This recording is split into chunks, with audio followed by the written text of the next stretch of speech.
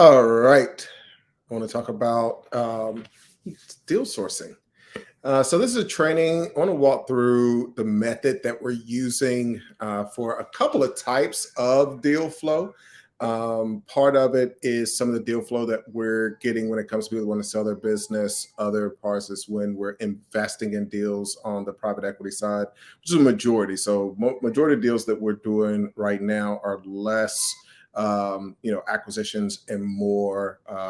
Basically investments, buying equity in the business. That's what I would encourage more and more of you to do. The reason I talk about a lot on the channel, but basically it gives you a lot more leverage to focus on the things in the business that are going to give you an ROI and not get bogged down. I'm just very much anti getting bogged down with honestly owning a business. It comes with too many headaches when you're trying to figure out your the long-term goal. It's just like, what kind of return are you going to get on the deal. So if you've got to focus on operations, you've got to focus on, dealing with the accounting and just all the normal stuff of running a business while you're also trying to figure out, how am I going to grow and expand this business and exit it.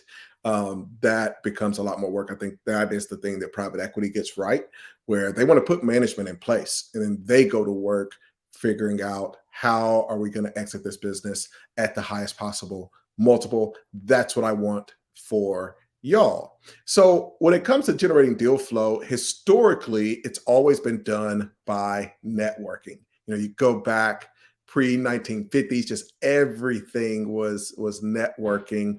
It really wasn't until the 1980s that people started to make a very concerted effort.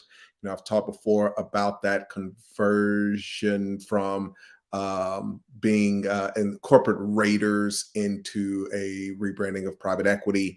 But during that period, people got really aggressive and started to do outreach. Before that, there was really no outreach about acquiring a business. It was just I don't even want to call it networking. I think our view of networking now is based on realizing that is a really valuable thing to do.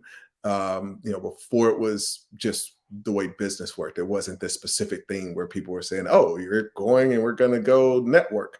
It just so happened that when you networked, or when you were doing this, just doing business and going to the old boys club or going to the golf course or, having a cigar, you would talk about what's going on. You say, oh, well, this person wants to sell their business. Wife is sick or they're about to move or blah, blah, blah. Do you know anybody that might want to buy it? It's like, oh yeah, my cousin may want to buy it.